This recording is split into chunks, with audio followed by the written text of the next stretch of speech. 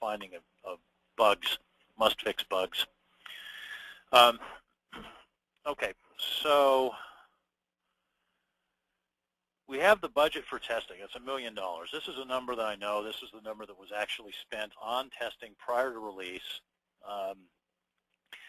About 10% of the testing effort was spent building test tools and test frameworks and other stuff that had reusable value for the future. So we're going to deduct that out here. This is a form of amortization, basically, and take that out. So that's a long-term asset that was created. We're also going to take out regression test costs. Now, in this case, this is a greenfield development, so all the regression testing was basically retesting functionality that had already been tested in that project but had to be retested due to the extent of changes that occurred. That's a cost of internal failure, so we need to move that somewhere else. So just the detection costs is $1 million minus $100,000 minus $500,000, or $400,000. That's our net detection cost. Now, we found 1,500 must-fix bugs before testing, and that means that our approximate cost per bug is $267 per bug. So that's just 400,000 divided by 1,500. Okay, now internal failure costs. A couple things here. First, let's do the easy one. The regression test costs, right? That's just the same number that was up here, moved down there because it's an internal failure cost. And then there were 30 developers during the 3-month system test period that were doing pretty much nothing but fixing bugs. And so assuming a fully burdened salary rate of $100,000 per year, which was fairly typical at that time, that gives us $750,000 in bug fix costs. Now, this is something that's worth pointing out, that notice that some of the costs of internal failure are not testing costs; they are they're development costs, and that's going to be that's going to be typical. You're going to need to account for that. So you need to have some way of estimating the amount of developer effort associated with the with internal failure. So our net internal failure costs, $1.25 million. Take $750,000 plus the $500,000. Again, must-fix bugs found prior to testing, 1,500, or found during testing, excuse me. So our approximate cost per bug is $833. Okay, so our total cost for bug found during testing now would be the cost of detection plus the cost of internal failure would come to $1,100. So notice that as long as the cost of an external failure is greater than $1,100, we've broken even or better on our testing. So that's good. Now let's see if we can figure this out. So sustaining costs in the first 6 months prior to release, the organization spent about $3 million. Sorry, the first 6 months after release, the organization spent about $3 million on sustaining costs. So that's developers, testers, and tech support people. And according to my discussions with the client, about 50% of that was bug-related, and the other 50% of the sustaining cost was adding new features.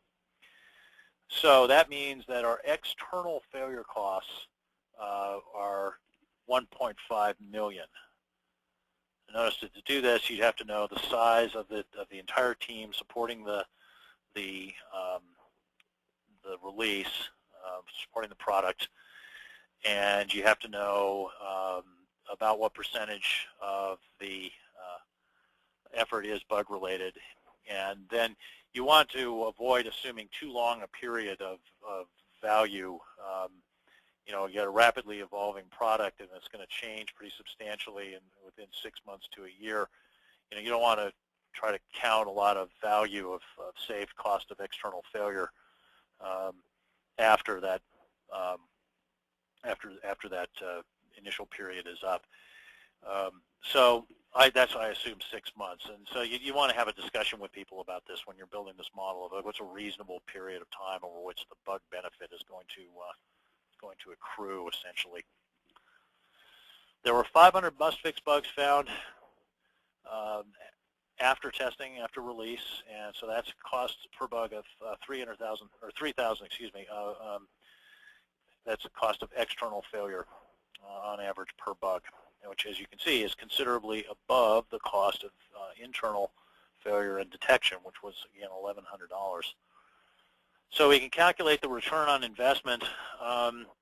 Basically, there are a few ways that you can do it. You could take the difference, which would be 3,000 minus 1,100 or 1,900, and multiply it times the 1,500 to get the net benefit. That'd be this 2.85 million that you see down here.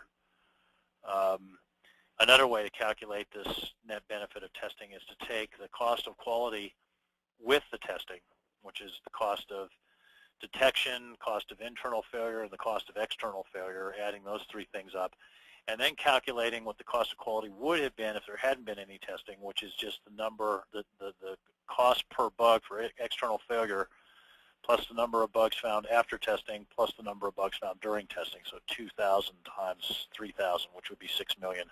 So you get two ways to calculate that.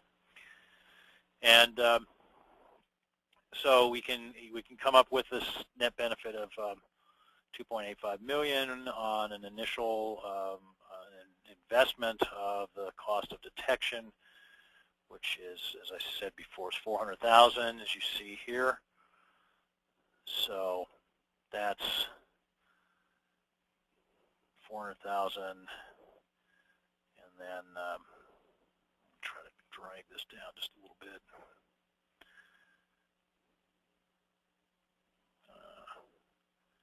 Let me turn off the ribbon for the moment. Right.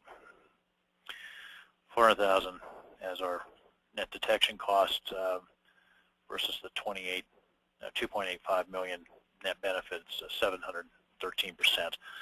So, fairly typical return on investment, just calculated based on the value of bugs found. And I did continue this on for some of the other ones, the unfixed bugs, the past tests, the value of advice. I'd encourage you just to read the article if you're curious about that, because, again, in this real world case, we also saw that, as in the hypothetical, the majority of the value was from the finding of must-fix bugs. Okay, now let's get back over to the presentation here.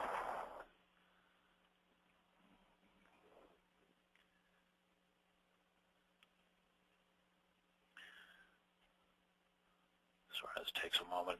Go to webinar is not necessarily the most graceful beast when it comes to switching screens. Okay, so that's the case study. Yeah, so definitely, do try this at home. This, as you see, is nothing. There's no math more complicated than what you learned by the 4th grade involved here. It's, addition, subtraction, multiplication, division, real straightforward stuff. I bought a book on measuring quality return on investment at one point, and within like the 2nd chapter, this guy was already off into partial differential equations and all of this nonsense, and I just put the book down, didn't even bother to finish it, because, for one thing, I can barely remember that stuff, and I would have to spend, days and days refreshing my memory as to how that worked, and I don't remember enjoying it that much in college, even when I did know how to do partial differential equations. The other thing is, other people don't know that stuff too. I mean, it's, go into client's office or your boss's office and start talking about partial differential equation this and, matrix inversion that, he's going to look at you like you're from Mars, and your credibility is just going to go shooting out the door, because he's going to think, this guy has come in here to flim-flam me with math I don't understand. So I think there's some real value in keeping this super simple, something that you can do really easily. Everybody can understand it. It can be encapsulated in a spreadsheet, and you can have discussions about how that came about. I remember the last assessment I did, we sat around and talked about just this question of how efficient is the test team and where is the value coming from, and we walked through this spreadsheet, And it was clear to everybody how it was being measured. And we made some assumptions that they thought